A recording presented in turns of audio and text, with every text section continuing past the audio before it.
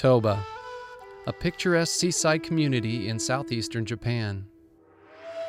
This quaint tourist destination is half a world away, but it shares many traits with Santa Barbara.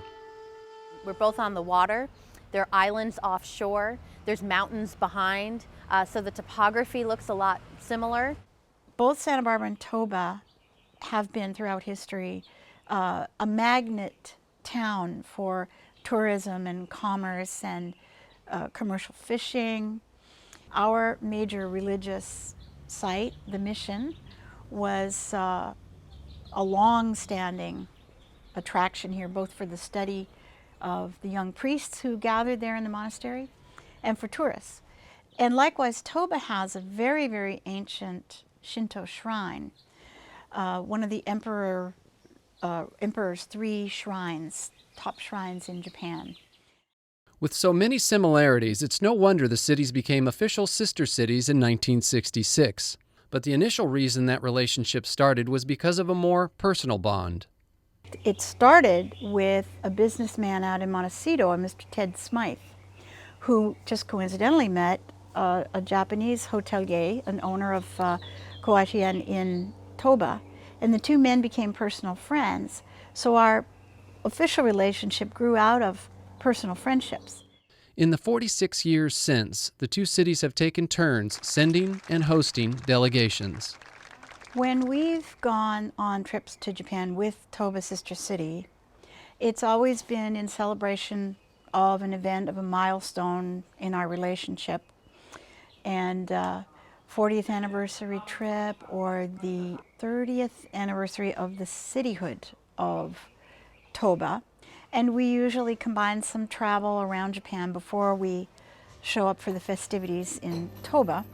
Those trips were so successful, the two cities began to exchange students. We take 4 students from Toba every summer, 2 boys, 2 girls, who are in the junior high school range, age 13 to 15. And then we send 4 Santa Barbara kids. And each of them stays with the other one's family. So it's really person-to-person, family-to-family direct exchange.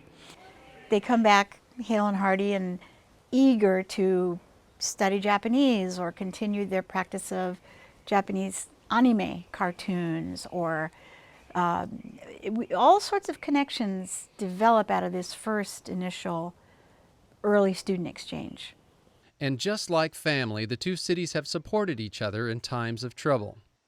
After the Painted Cave fire, when the delegation from Toba was here and gathered up such nice cash contributions for us, $16,000 in total, which went toward replanting trees and re-landscaping a school. Somehow the relationship got deeper as we kind of went through some tough times together.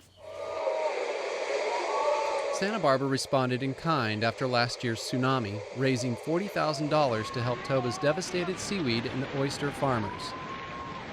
It was really heartwarming and quite wonderful, actually, to see people of Santa Barbara have that connection to another city in Japan, that while they didn't see the devastating catastrophe that other places did, they were still affected, and they felt so grateful to have a group of people in the United States who thought about them. And it was just that connection, I think, that has made us stronger.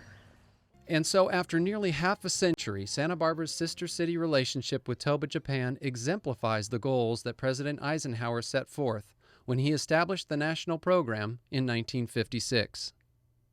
It was put together after World War II, and the idea was that in order to even come close to an idea of world peace, you really have to talk about one person at a time, one family at a time, and not necessarily one government at a time.